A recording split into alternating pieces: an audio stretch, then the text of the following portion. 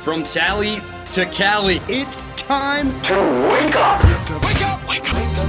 Warchant.com is your ultimate Seminole sports source. and this is Wake Up Warchant, presented by Zaxby's Now here's Warchant.com's Aslan Hajavandi. and Corey Clark.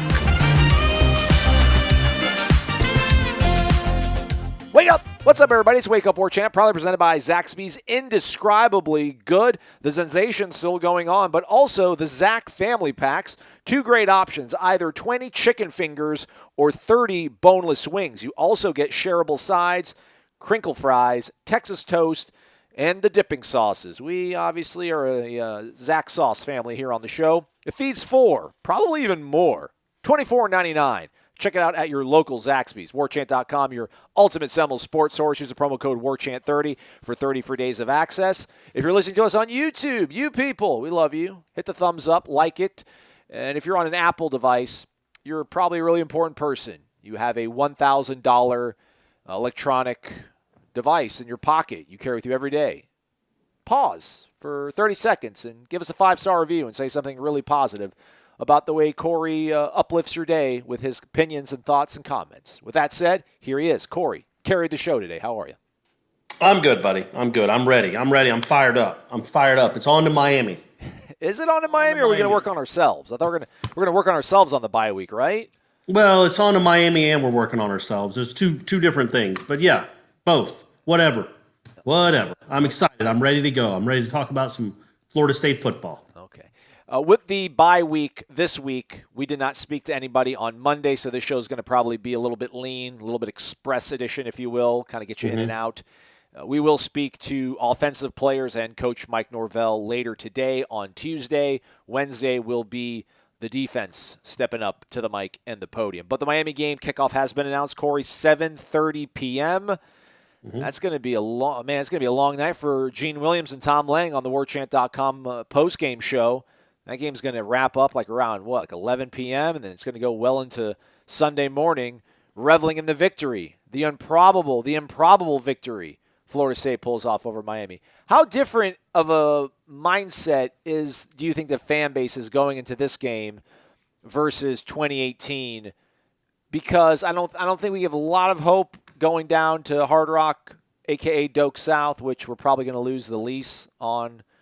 Because, you got to win down there to carry that name. But it felt like 18, things weren't going in the right direction. Obviously, opener was very, very dismal. Syracuse game also happened. Samford happened.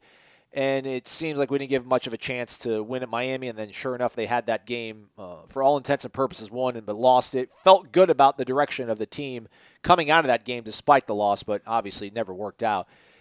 Is it a similar sort of, level of skepticism, optimism, hope, or how do you assess maybe going into the Miami game right now?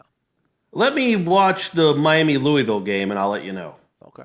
I wasn't able to glean a lot off the Miami-UAB game. I don't know how good that team is. Not that you have to be good to beat this Florida State team, it would appear. But yeah, I don't go into that game thinking, oh, no chance. Notre Dame, Clemson might be different stories, but this game, I don't go in there thinking they got no chance. But I hope Florida State fans are hopeful, but realistic, maybe. Hopefully realistic. You are allowed to beat teams that you're not favored to beat. I say that all the time, but it happens Georgia Tech just did it. Can't Florida State put together a game plan and put together 4 quarters and beat a team it probably shouldn't? Because it's been a long darn time since that happened.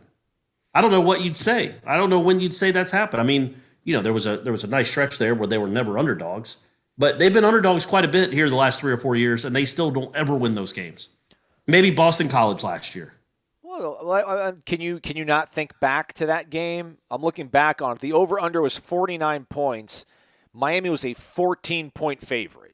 So everybody went into that game thinking that Florida State was pretty much lambs going. I think it'll be. Don't you think it'll be a similar type spread? Well, on the Louisville game. If you're a 14-point dog in a rivalry game on the road, I don't give you much of a chance. Yeah, Georgia Tech was just a 13-point underdog. Again, you can figure out a way to win these games, and that isn't impossible to do. And yet it sure seems that way here lately. Now that game was as close as they've come to playing above themselves They did play above themselves for 2.5 quarters. But then they didn't deserve to win the game. Like, you can't have a 27-7 lead with the ball and then decide to just, 2 terrible turnovers in your own end zone or your own side of the field. And then, I know they got screwed on the lateral, but still, defense fell apart, offense fell apart, team fell apart, found a way to lose a game. You are allowed. I just imagine what it would do for them to find a way to beat Miami. It's not impossible. Oh, yeah. You know what I mean? This isn't the 2001 Canes. It's improbable, though, man. I just don't know how you can feel. And I'm not trying to be a negative guy. I mean, I'm going to probably say this 8 more times. Don't you got to feel that you're better coached? Like, you got to out-coach someone. Yeah, but the thing is, you had one game, and then you immediately slam on the brakes, and then you're sitting at home. And I want to try to figure out a way to ask Mike Norvell this, but I can't figure out a way to ask it in a very efficient manner. But like Florida State this week is going to want to work on themselves. Florida State's going to want to run their offensive stuff to get ready. Their defense is going to want to run their stuff to get ready and get better at it. But Florida State's not playing Florida State next time they play an official football game. They're going to play Miami. Like, they have to get ready for Miami. And is this team at a point where they can balance both of those things? Like, Adam Fuller's going to want to run his defense. Kenny Dillingham's going to want to run their offense. But that's not who they're going to be going up against. Adam Fuller's not going to be playing the Florida State offense in their sets and that personnel. And Kenny Dillingham's not going to be matching wits with that defense, running that scheme. So I just don't know how they're going to be able to get really that much more prepared for this game. Meanwhile, Miami is going to have a game this weekend, and then they got a week of preparation of game week for Florida State. I just think game reps are so stinking valuable this year, and Florida State's not going to have those. And listen, UAB played a game already. UAB actually came into that Miami game with a game under their belt. So I think that was really valuable for UAB. Maybe not the best team out there, but UAB's still decent. I mean, Miami handled them. So I just think when you kind of use this whole transitive property sort of thing, even though they haven't all have a common opponent, but you sort of add all these things together, it doesn't seem it's a very tough hill to climb. Again, to your point, you can climb the hill. You can certainly try to climb the hill and conquer it. I'm just going to wonder what we're going to look for here in the next, 10 days to see what they could do, how they can. Well, I mean, look, I don't care what Norvell says. They're not just going to go the next 4 or 5 days without looking at Miami. There will be things that are broken down, and they will definitely be watching the game on Saturday. Like they are gonna have an advantage. Like Miami's like looking at Florida State at all. They can't afford to. Yeah. They could lose to Louisville. Oh, absolutely. Florida State does get to look ahead a little bit. They do get to game plan a little bit more, and they do have one game on film. And when they really get after it Saturday night, Sunday morning, they're going to have 2 games on film to watch. So there is an advantage, but how much? Who knows? The rust versus there's rust. Not that it was real shiny to begin with, that you're worried about it rusting. Versus rest, right? Yeah, rust versus rest and all that, and just rust versus game reps. Like, it is good. It is good to get maybe some quarterbacks healthier. That is a positive.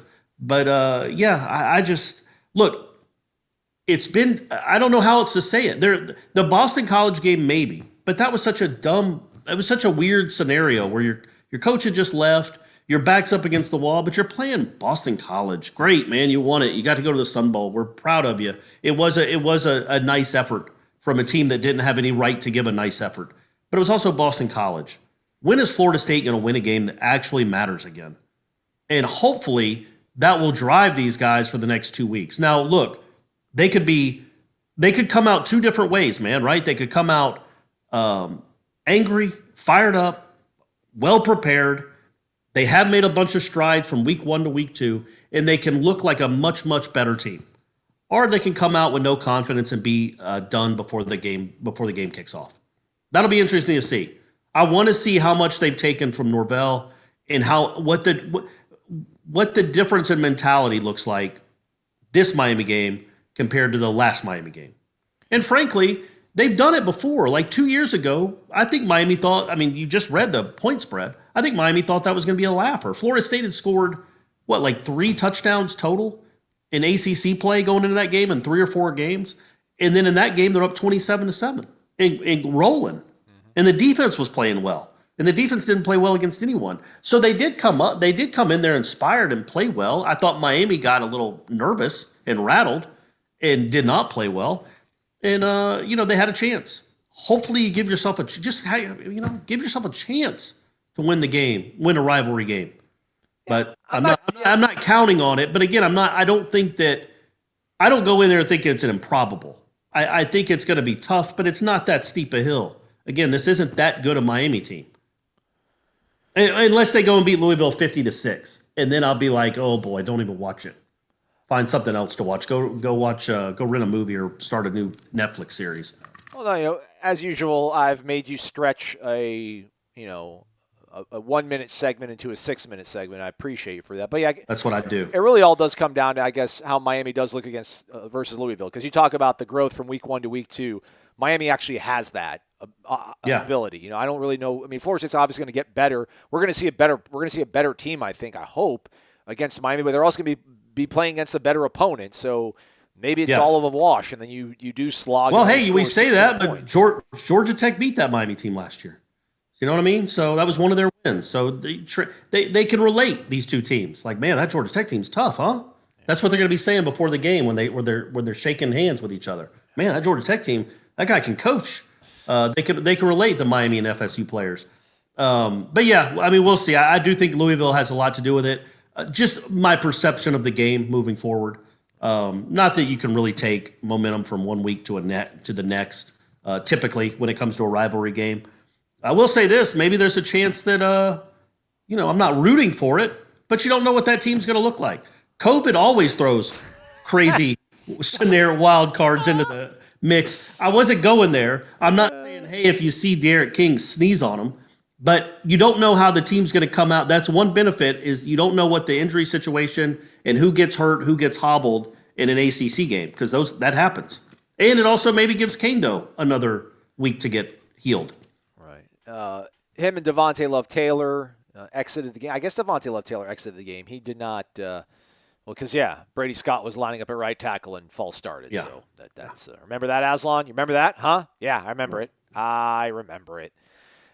But yeah, hopefully the week will be a little bit of a beneficial thing for them. There's a little bit of an update on warchant.com on the Tribal Council about their injuries. It sounds to be pretty encouraging news. Hopefully we'll try to work out and get some more details by the next time we reconvene. But check out warchant.com. It'll have the latest on those two injuries with Kane Doe and Devontae Love-Taylor. John Papuchis was a guest on the Mike Norvell show that was on Monday and said that he thought the defensive ends played pretty good, but they could have done a little bit better on the pass rush stuff. They could have been a little bit more dynamic. I would agree with that. Yeah, maybe I don't agree with the first part of that sentence, but I definitely think they could have done better on the pass rush. Well, he said they did a good job of not having missed assignments, but they didn't do enough in terms of pass rush and affecting the game. Actually making football plays. Yeah, so... But I just, even in the limited time that Josh Kando was out there, I didn't see him fire off the ball either, though. It's I don't know. It was a weird sort of, I don't know. I'm kind of looking forward to talking to Adam Fuller to see, I don't know if he's going to really be totally forthright with us, but it's what? Where was, the aggression on that? Where's the aggression from the defense? Nobody was firing off the ball trying to get to the quarterback, and I don't know how much you're going to really fear, Jeff Sims. I know he can run the ball, but, man, he's a freaking freshman. Just make his life miserable. That's the easiest way to slow him down. But the one thing I did think was a little bit interesting, and I'll credit this to Ira Schofel, the great Ira Schofel, managing editor of warchant.com. Kind of does the play-by-play. He tries to do what you do, Corey. He put your shoes on and tried to verbatim out pretty much all the quotes from the Collins show. I think there's a story up on warchant.com. But he did say, quote, "This isn't something where you just flip a switch and all is good." This is now paraphrasing. "It will take some time." Says they can get there if all 11 guys do their job. They showed film on Saturday of plays where 10 guys did things right, but one might have tried to do too much.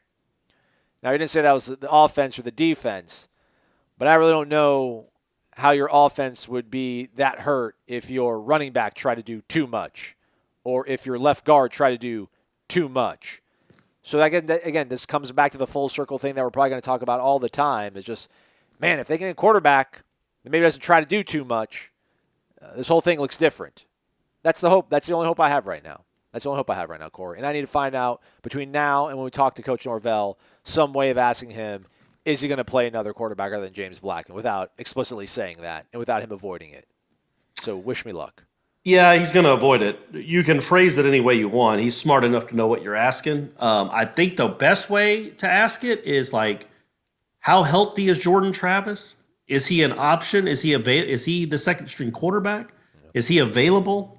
And then maybe an update on Chuba's status. I think Norvell would get the hint of your question without ever saying, "Hey man, can you play someone else? Is there any chance?" I think you would get the hint there. I felt kind of dirty on Monday. I was like perusing Chuba's mom's Facebook page to see if she maybe posted another Chuba update. You weren't perusing her IG. You weren't on her Instagram. Nah. The pool pics, the beach pics. I guess I have a beach in Arizona, so you won't see any of those. We got Lake Havasaw though. I've always wanted to go to Lake Havasaw. Right. I've heard good things about Lake Havasaw. I thought it was Lake Havasu. Havasu? Okay, there we go. Sounds better. That sounds more Native American than Havasaw. Yeah, I would kind of maybe, is it worth even asking him if Jordan Travis missed so much of the preseason, why did he go out there in front of Tate? No, I think it was to run. I mean, to me, that's an easy answer. It's like, well, we wanted to get our quarterback in the running game and give him something else to see. I mean, it wasn't just more read option stuff, I guess. He can do that without that's not like you had to read a bunch of, know the game plan really well or go through 3 weeks of learning the offense to run some read option stuff. That would be my opinion. I think you're better off asking about the updates with Jordan, what their health looks like. By the way, so yesterday when I talked about, to bring the show back up, because I'm the uplifter, that's what I do. I tweeted about it. I wrote about it. So did you see I did the research on the season opening losses? Yes, please, go on. So I looked it up, folks. Fine, folks. You might already know it. Hopefully you all subscribe to Warchant, so you read it anyway. But I also tweeted about it. And if you're not following me on Twitter, I literally don't understand it. Really? I literally can't fathom what is even going. How could you listen to this show? You're interested enough to listen to me spout uneloquently. See, I'm so lacking eloquence that I think I just made up a word. I don't think uneloquent is a word, or ineloquent. What's the opposite of eloquent? Because you're hearing it right now, folks.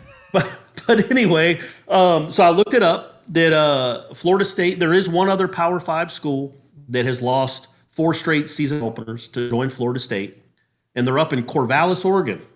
The Mighty Beavers. Oregon State has also lost 4 season openers in a row. So that's the company you're keeping. And if the Big Ten decides to ever play a football season this year, Purdue is sitting at 3 straight season opening losses. I don't know who their opener would be against, but they also have a chance to match it with 4 straight season opening losses. So if that happened, you could have Florida State and Purdue and Oregon State all there matched together with 4 season opening losses. What a great neighborhood.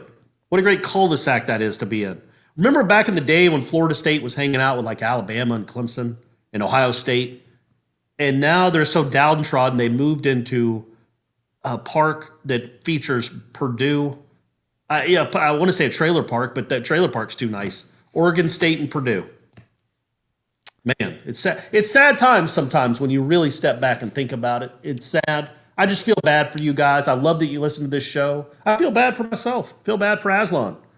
I've gotten to cover winning football teams at Florida State. You haven't yet. You were here as a student, interning, and you covered that debacle back then. And now you're covering, you got to see Drew Weatherford, Xavier Lee, and now a bunch of James Blackman and DeAndre Francois. So, congrats, buddy. Well, when you put it that way, good grief, man. I got to see Christian Ponder. I got to see EJ. I got to see a kid by the name of Winston. Smack. That's the fear, though, man. I guess that's the fear, is that I remembered LSU being inconsequential. I remember Alabama being inconsequential. I remember Texas, Oklahoma, Ohio State never being able to beat Michigan. I remember all these things. These happen to great programs. You just don't want to slide into that abyss, if you will. And they're fighting every. Well, you've slid into that abyss. There's no other way to say it. You've been. I mean, again, you're hanging out with Oregon State and Purdue. That's where you are right now. You're 18-21 in your last 39. You haven't sniffed a New Year's Six bowl game since Jabril Peppers sat one out. But I will say this: doesn't that also give you hope? Like, will those teams turn it around? Yeah, Yeah. I mean, Florida. Look, Florida was 4-8. Florida had a 4-8 season in the span of like 3 years or 4 years, and now they're pretty good. They're a top 10 team. They can. I don't mean to bring up the rival, but that should give folks hope. It can turn around. There's no I get that they're behind Clemson by a lot, and I get that they're behind other schools when it comes to finances, resources, a cool football house. But at the same time, North Carolina right now is ranked 12th in the country. You're telling me Florida State can't get to where North Carolina is? And it shouldn't take 5 years. Yeah. It's not going to take 5 minutes, but it shouldn't take 5 years if the guy that you've hired knows what he's doing, knows what he's looking for, and can evaluate and develop talent. And we still think that that's this guy. After it would be crazy to give up on him after one game. Yeah, I don't think anybody has. My brother had a pretty solid, rational post in our little group thread about this. So I'm not losing hope. My brother's pretty. He was on the Taggart train until the bitter end though as well. So maybe he's not the best person to hold up to the light right now. But 331 Noel commented on the show yesterday, Corey. Some of our takes are reactionary. Year one, only 6 weeks. Expectations cannot be huge no matter what coach is here. We lack players. This has nothing to do about, quote, how many stars they had coming from high school, but we are not a caliber above Georgia Tech aside from maybe 4 players. And even those players, like Tamari and Terry, had no separation from Georgia Tech's defensive backs outside of 3 or 4 plays. That being said, we can do better and should do better. We should reasonably expect to do better, both in terms of offense and defensive production, but we have to have a little bit of grace with just 6 weeks of real practice. Anyone who's ever been around college football personally knows 6 weeks with this roster is an uphill battle. Yeah, sure. And, what you start worrying about is okay, are they going to have like a Georgia Tech type season of last year? Because talk about a guy that had an uphill battle. He had a roster full of dudes that nobody recruited, that were recruited to play an offense that should have been punted into the sun in the 1940s. Like nobody ran it anymore. He had guys there's still guys chop blocking at Georgia Tech just because they think it's been a few minutes. I need to chop block Josh Kendo. That's just how they were coached. That's the roster that guy took over. And now he's beaten Miami and Florida State in back-to-back years. Quick timeout. I don't get why they call that a chop block. Because chop block, you have to be engaging high-low. Maybe that's just the wording that they use. Well, no, they have a legal – there's a legal block below the waist, which I guess that's what that fell into. That guy was trying to hit Josh Kendo's hip, and he, clumsily, fell. I don't think there was any malice in that hit. I know a lot of people got upset. I think you or maybe the Warchant account tweeted or somebody pointed out that Marvin was walking towards their huddle. Marvin was angry for sure. Yeah. I mean, because you see the guy. Well, you can understand. You see Kendo on the ground, and then you hear the penalty is for a chop block. Yeah. Block below the waist. I guess. Is that what they called it? An illegal block below the waist? No, they called it a chop block. That's why in the group text with you and Ira, I'm like, dude, I don't even know. I'm like, Kendo fell to the ground and it wasn't even a high-low, so I don't even know. He wasn't even a victim of the chop block. But then when they ran the replay, you see the ref looking at him going into Kendo's leg and then throwing the flag. But they called it chop block. Later in the game, I think they actually called an illegal block below the waist. Maybe on Tech later in the game. Yeah, that sucked, man. It sucks as it's Josh and it's your team. But I don't think no one was getting too carried away with being like, oh, these guys are cheap and dirty. But right. Yeah, that was just an unfortunate way to happen. But to your point, these guys, this roster is not used to playing 2020 football, but somehow played better football than the home team. Yeah, and they played Clemson closer last year in their season opener than Florida State did last year. And that was his first game as the coach. And they played, it wasn't a close game. It's degrees of blowout. But they still played Clemson closer last year than Florida State did in that coach's 18th game. So nobody, and again, if you listen to this show for the last 7 months, nobody's expecting this team to be great. Nobody's expecting this team to contend for any sort of championship that they might have this year. But that was the ACC couldn't have done a bigger favor for Florida State than to give them the worst team in the conference at home to start the season. Theoretically, that should have been an easier game than West Virginia at a neutral site. Certainly easier than Boise at Boise. and you still found a way to lose to a true freshman quarterback. So I don't think it's reactionary to be upset about the loss, even knowing there are some holes on this roster. Again, the biggest concern that you always have with the Florida State roster here recently is quarterback and offensive line. Well, I thought the offensive line was okay. It wasn't a train wreck. It wasn't a disaster. They were an average offensive line in college. That's what an average offensive line. Well, we'll see. We'll see, because that's not a great defensive line. Yeah, which is troubling. Because they didn't run the ball real well at all. But we'll see what they do against Miami to know how good or bad they've become. But still, the offensive line wasn't the reason you lost the game, and the defense, as bad as it was at times, only gave up 16 points. You still lost the game with a kid that started 30 times, and it's not Norvell's. Again, it's not Norvell's fault that he had to play him really more because there weren't any other options. But he could have been coached better, you'd have hoped. I don't know. So I don't think it's reactionary to be upset, but I don't think you're going to listen to this show at all this year, at all, and hear anybody question the Norvell hire. We will question certain aspects of what we see in a game because, number one, that's our job, and that's what just people do in general. Like, okay, that didn't look great, or that looked really good.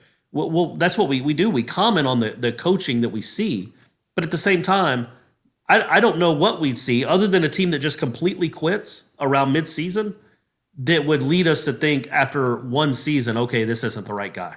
Because I think now, even especially now, he's gonna have a worse record than Willie, though, man. He's probably gonna have a worse record than Willie. He might. Oh yeah, because look, we thought Georgia Tech was a gimme. This was supposed to be the easiest game they had, one of them, and they're 0-1. And they still got North Carolina. They still got Notre Dame. They still got at Miami. They still got Clemson. It's not Pitt. Those are good teams. They can lose to all those teams. So he might have a bad record, but I think as we watch this, we're going to realize, okay, this is a job that's going to take a couple years to get back to where they need to be. What I hope we would see, and maybe it's just too far gone, and it might not be. It was one game, and it was one game after 6 weeks. And it was one game against a team that had a year head start on you in transforming the roster.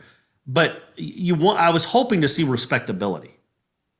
And when you lose at home to Georgia Tech to start the season, all of a sudden, and look, they could get a lot better, like I talked about yesterday. They could be great by week 7. Not great. They could be much better by week 7. They could be very good by week 10. Who knows? But when you lose to Georgia Tech, you start thinking, okay, where are the wins on this schedule? Well, you start worrying about be a 3-8, a 2-9 type season. Well, the problem is, you are going to get better, but your baseline is so much lower than we thought. Yeah, very well said. Yeah, very well said. And the baseline is not Mike Norvell's fault. I want to see how much he raises that baseline from week 1 to week 11, because in the last 2 years, it kept getting lowered. I want to see at least. I want them to be better in the last game of the season than they were in the first game. And can we say that? From really the last 3 years. Yeah. Can we say that? Maybe the 17 team, I guess. But 18-19, no chance. They were terrible against Florida. Both years. They looked just like they did against Virginia Tech. So I want to see that raised. And that's what I'll be looking for. I'm not booking anything to a college football playoff. I'm not thinking we're going to win. We're going to be watching a bunch of winning games in the next 10 or 11 weeks. But I do want to see vast improvement, because that is allowed, even with some obstacles that you have, some obstacles that can't be overcome. I still want to see the baseline raised, so that when you go into 2021, even though you're losing a good bit of talent, you have some hope going into 2021, where all you have to do is open up with Notre Dame, and then 2022 and 2023, you only have to open up against LSU. So, congrats. I'm going to go look and see if a Power 5 team has ever lost 7 straight season openers. I would have to imagine no, right? Who does that? Most teams when they're not good, like nobody loses 4 straight openers unless they're not a good football team. And good football teams usually know they're not a good football team, so they schedule a cupcake to start the season. Florida State has said nope to that. And they take on all comers, baby. We're Florida State. Yeah, we'll play. And again, they should have been playing West Virginia. I know they had to play Georgia Tech, which is certainly not a powerhouse. But they scheduled the Boise State game, and they scheduled the West Virginia game. They scheduled Notre Dame and LSU. So Georgia, Alabama is coming up. So yeah, it would just we're playing Alabama again? I think so, right? Oh, God, I mean, it's years in the future, but yeah, I think that's coming. Saban might be retired by then. It might be Dabo it's like coaching. 2025, I think. Yeah, or 2028 maybe. No, 2025. We're going to host them. Come on to Doak. Man, you don't want any part of this. August 30th. Let's get ready. Man, you need to schedule a game August 23rd so you can go in 1-0. But you need to start scheduling week 0 games or something, because literally it's depressing to always be 0-1. It is, yeah. Always. Well, even I don't know, like, I feel like we're getting a little bit. Our show yesterday, I think, was so level-headed. And I was, like, proud of us after we were done recording, but a little part of me was like, man, that was probably really not all that cathartic for a lot of people listening.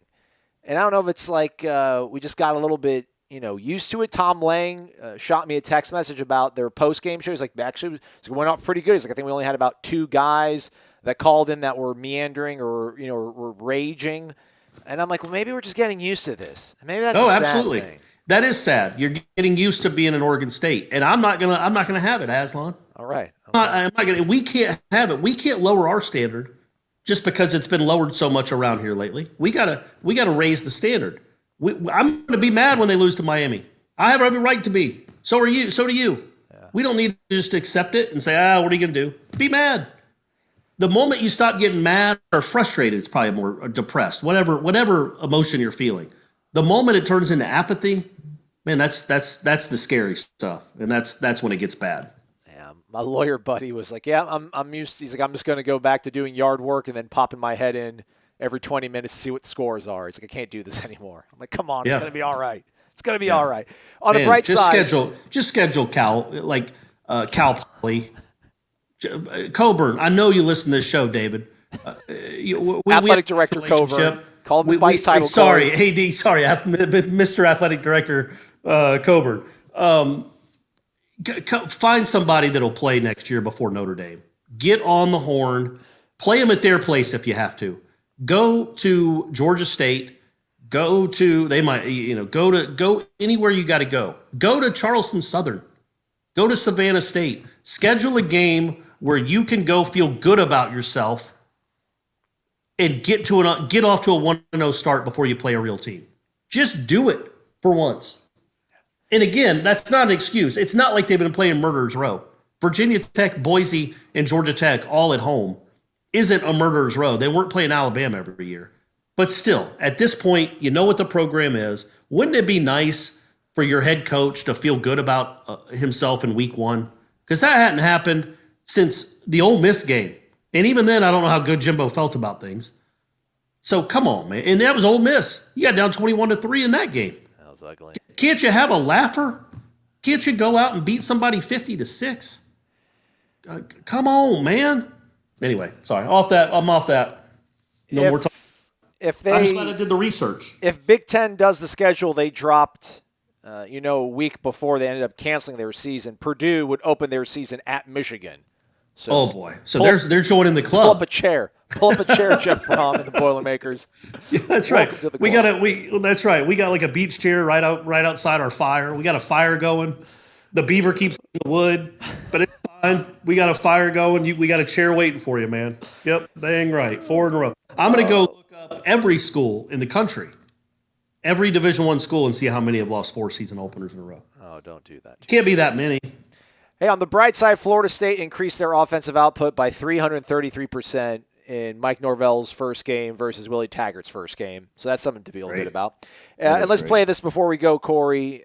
Big brother versus little brother. I'm the little brother. I am advocating in the group text message for Chubba Purdy. Don't feel good about Miami. They got a game this week. We're going to be sitting on our bums. Game reps matter a lot. With how weird practices are, maybe this freshman quarterback Purdy can suck it up and play 5 weeks removed from breaking his collarbone. Big brother, can't throw the kid to the wolves like that, coming back from a broken collarbone with our O-line, LOL. They have another freshman on the team, but sadly have to go with Blackman, at least for this game. Then we got Jacksonville State, get a win there, go to Notre Dame, wear it, play UNC at home, and if Blackman loses to Miami and Notre Dame, which I think we do, somebody else should start versus North Carolina. Big brother, little brother, who are you with on this one? Well, I don't know who's who. I don't know what. Oh no, I would not start Chuba against Miami. And I get the sentiment that if you think you're going to lose anyway, might as well get him. No, I'm not thinking that at all. I'm thinking you can win the game. You with get him. your best out. Yeah, maybe that's the only way you can win. I get that too. Again, it's not like James Blackman's like the safe choice. He's the choice that can get you 13 to 19 points, maybe. But yeah, no, I get that. You don't want to wreck a kid before he has a chance to feel any confidence. It's kind of similar to scheduling a cupcake to start your season as opposed to Miami. I don't know that his first game action should be a start at Miami. Now, again, it's not in front of 70,000 people, but still, that's a tough team, a tough defensive line anyway, against an offensive line that isn't great. I do think if he's available, which we don't even know if he's available, but if he's available, you have a package for him for sure. And you get him in the game. And you get him some extensive action the next week. And then against Notre Dame, do a 2-quarterback system. Do a 3-quarterback system. I don't care. Put Travis Jay back there. And then you know where you are after that. It's the whole Jimbo, make them before you break them. Or break them, rather, before you make them. Like, you throw them out there too early, maybe it just completely stunts his growth. So maybe that's why they're trying to protect Tate to a certain degree. I don't know. I guess we can maybe kick that around the tires. But or maybe he just hadn't looked good. Maybe he's just not ready. And also, you want to see if Chuba's a show dog or a hunting dog. Right? Yeah, that's right. That's another Jimboism. And I tell you one thing, you don't want to say whoa. You'd rather say whoa than giddy up. That's right. Well, hey, this guy's out here breaking his collarbone, jumping into tables, contracting viruses. I mean, he's not scared. Yeah, he's doing it all. How about somebody get Chuba and say whoa, dude? Yeah. Whoa. Nobody. Apparently, all he hears is giddy up wherever he is. There's a table I can crash into. There's a virus I can get. There's a defensive back I can or a linebacker I can lower my shoulder into, see if this thing pops. Slow down, Chuba. Slow down. We got a lot of football left, buddy. Yeah, I do wonder that. Maybe sending him out there to the Wolves against Miami, maybe not the best thing. But then I don't know. Maybe. Well, you don't want to crack his confidence. Yeah, but maybe that does woe him down. Like, hey, man, you cannot run and be crazy. Just play smart. You can see the field good. You know what we want to do. You know where the ball has to go. If it's not there, throw it away. Let's go to 2nd and 10. Look, you could. I mean, if they. And I know those first probably 2 drives were scripted, but if they can script plays like that, script the whole game, number one. But you can James Blackman can move the ball down the field in those kind of instances, right? Like he showed he could do it. Yeah. You just design a game plan around him a little bit better, mitigate his weaknesses a little better than you did. And then, I certainly would have, if he starts to show the panicky James Blackman that we're used to seeing and isn't giving you the right answers, like Ira asked about after the game, if Norvell was getting the right answers from James, what he was seeing. If he's not giving you the right answers as he walks off the field, the 3rd or 4th series of the game against Miami, I think at that point you're like, what? We can't do this anymore. Yeah. But let's see what he does. He might rebound. You know what they always say is a quarterback makes his most significant strides between game 1 and game. Thanks for that one. I've said that for a long time. So strong. Yeah. Put that on a T-shirt. Put it on a T-shirt. Yeah. Right? Yeah. All right. We made it to the end of the show. We'll be back, live edition of the show Tuesday evening. Corey, text me what time you want to do it. I think we're going to have to do it around 5. Ooh, I like it. Yeah, a little early. Brady's got a Little League game. Okay. Saturday night. We got and I coach in it, so got to get there in time for that. Are you the hitting coach or are you a pitching coach? I'm more of the I guess mental coach. Okay. Ooh, all right. Like the Trevor Moad. All right. Yeah, exactly. I kind of tell these kids they all suck and they don't belong on the same field. I try to get them to prove me wrong. That's how I try to talk to the kids, interact with them. By the way, before we go, quick shout out to Texas Tech. Did you see that on Twitter? I did not. Let the people know. I don't know. They had 69 football players test positive for COVID. That's a big number. No, I'm sorry. They've had 75 test positive. 69 have already recovered. 6 are still in quarantine. All right. Well, they're ready then. They got their herd immunity in action in Lubbock. They went for it. I mean, they have in Lubbock. I know there's not a lot to do. They just went for it, and you got to feel bad for like the 8 or 10 kids on the team that didn't get it. Like, did they not hang out with the rest of the football players? Are they not popular? They have no friends. They don't go to the party. Yeah. They don't get invited to the party. I felt kind of bad for those 8 or 10 are like, or have they just are these other guys trying to chase them down and lick on their food and sneeze on them, and they're bowing guys out of the way, trying to not get it. Because how did they not get it when the rest of the team got it? I mean, that's a crazy, crazy number. But anyway, so shout out to them. And also one last thing, the Rivals rankings came out.